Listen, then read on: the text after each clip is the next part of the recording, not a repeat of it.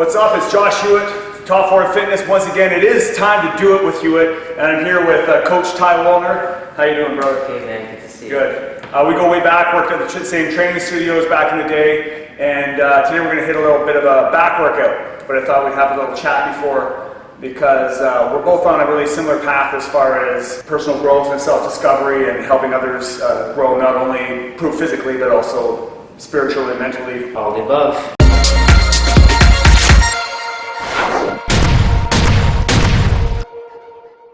I think there's a large interest out there in people that are seeking the same seekers, yes, who know that there's just more, potential for them than just beyond the physical that they get in the gym. So this is why it's important to talk about it and bring it to awareness. Yeah, I think it's also because even though it is becoming a more prevalent topic, it is something that not everyone is sort of open to talking about, right? You know, and people have this sort of image of themselves, and other people as well share that image of us as, say, gym rats, if you're really into the working out and in the gym atmosphere, and they neglect to mention the other side of the story. So, I mean, even though for some people it's awkward to get into, I think it's an important thing to talk about. Absolutely, yeah, definitely. I can speak from my experience. I've had several people reach out to me and say, I thought about training with you, but I was intimidated because I didn't want to lift heavy barbells. Yeah. Thinking that that's what I was limited to. Yeah. But people don't know that, yourself or myself, like, we're really interested in a holistic point of view, physical, emotional, mental, spiritual, and making that like a community. So, yeah, I mean, we're more than just good looks and muscles, guys. Yeah, exactly. I mean, definitely good looking. Well, listen, we're going to get in a workout too. We're not just going to talk your ear off. But so today we're going to hit back day. Back attack. You got to train the body holistically, but one area that a lot of people neglect is posterior chain. Absolutely. So I thought we'd show you guys maybe a few exercises that we use in the program and just work on isolating the stuff in the back, and plus I want to have freaking wide wings, so yeah. Aesthetically it's nice. Yeah, you want to look good walking away. Yes, that V. That's right. I'll show you guys some of the footage with that as we go. Awesome. Okay, cool, man.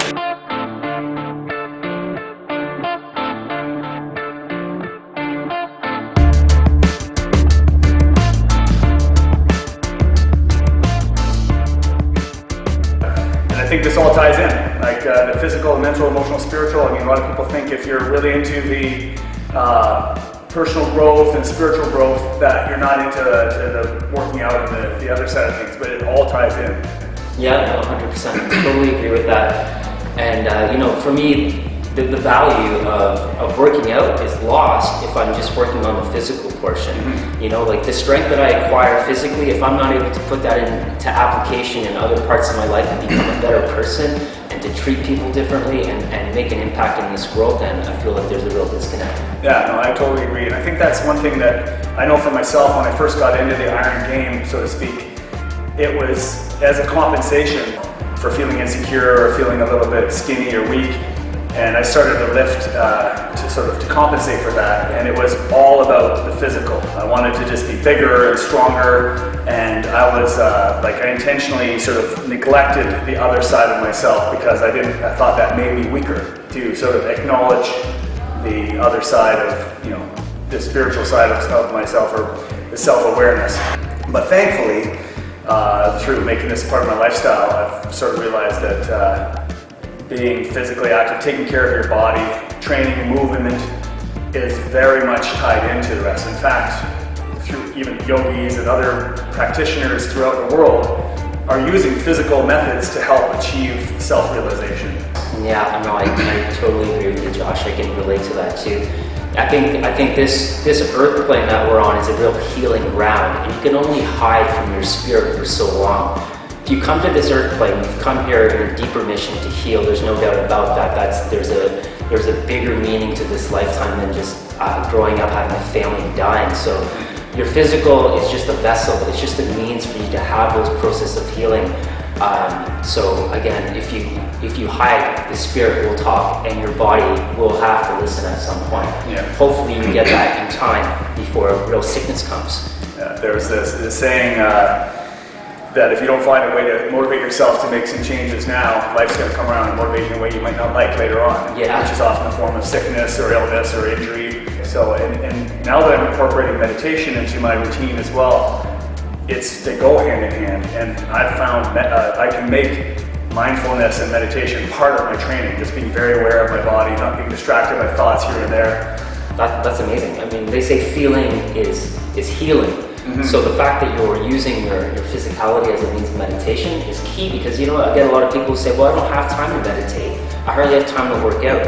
Well, for me, I found it easier to meditate while I exercise, because there's a whole bunch of emotions that can be evoked through exercise, like you were saying, feelings of anger, even feelings of sadness or whatever kind of feelings. When they come up, they're there because they are ready to be addressed. So what better way than to put it through the physical means of exercise?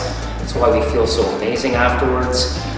You don't necessarily need to have two portions of the day separated, like exercise and meditation, when you can make them blend together. Yeah, absolutely. And I've recognized that in general that there seems to be an awakening or a heightening of consciousness in the planet overall. And that might not be so self-evident when we start to see some of the atrocities that are still happening. But with every change, and even in a good direction, there's some friction. And I'm encountering more and more and more people that when I talk about these ideas, maybe expecting them to be like, what are you talking about, man? Let's just go pump, wait. Yeah. And I'm surprised, they're like, yeah, man, I've been thinking a lot about this too. And I'm like, wow, man, a lot of people are really starting to realize there's more than my physical body, and there's more than just this dense reality we see around us. You kind of said it. We have this collective consciousness, whether you know it or not. You're all part of it. And just like with the body in terms of physical training, the body will adapt to the stimulus put upon it. So the more resistance it has, the more it has to step up. And like you said, this world is not necessarily the prettiest place. We're dealing with a lot of hardships right now all over the world. And so there is a collective consciousness knowing that, hey, if we don't do something about it, we're going to have to endure even more pain. So I think it's undeniable. People are feeling this part that's like, where's this coming from? They're being they're seeking more than ever, and now's a good time to bring that to awareness. Especially if you are in the health and wellness profession. This is not just in the realm of spiritual leaders and monks and Buddhas and yogis. We are working with people not just to make their biceps stronger, but we're working to make them stronger people, better people. And I think this is something that even if the person is not open to dealing with it directly, if you can still help them with this. Absolutely. In conjunction with talking about their training and their nutrition and their energy and how they feel and getting in touch with their bodies and becoming more self-aware. It can be, you can sneak it in there. Absolutely. You can, whether they want to or not, you can help people raise their energy and their consciousness a little bit. Definitely. People have asked me, they're like, well, how do you do that? You talk about being holistic and that you encourage people and you help coach them to these pillars of health. Well, it can be honestly as easy as a fitness professional as just holding a safe space for somebody, which means if somebody wants to have an emotional breakdown in session, just being judgment-free and allow them to do that and don't interfere. That enough is healing for them, and that can evoke a ton of healing. Yeah, and that's something that we do often end up being, and I know if there's other trainers watching this, they can relate that we as trainers do often take on the role of a therapist, or at least a counselor, or at least an empathetic listener. For some people, that can be emotionally draining by the end of the day. But if you can be in a place, like you said, of non-judgmental acceptance, then this can be one of the few places where people can come and just train and just let it out and come out of that workout not only feeling like they had a really good physical workout, but they'll feel like lighter. Totally, like a release. There's a release there. Absolutely, totally. Yeah. Right on. How about we provide like a very functional, practical tip for people to incorporate? Yeah, absolutely. So one of the things I recommend to clients specifically is make sure that they're always tracking their stats, their numbers. So you should have an awareness of kind of where your numbers are, rep range, what you've done, what you've achieved, so you can kind of track your progress. But I recommend that if you do have a journal that you're keeping track, that on the opposite page you also have a feelings page. It's a great way to tune into your body and say, how are you feeling after that workout? How are you feeling after the day? How do you feel after you've eaten and you've nourished your body? So you have one page of stats, the statistical, and then the other side of feeling. So there's that in and outer. That's a great suggestion. And I've started keeping a journal, and I've always journaled my workouts and my nutrition and everything as well. So this was a new thing for me to do, what I call a life journal. Yeah.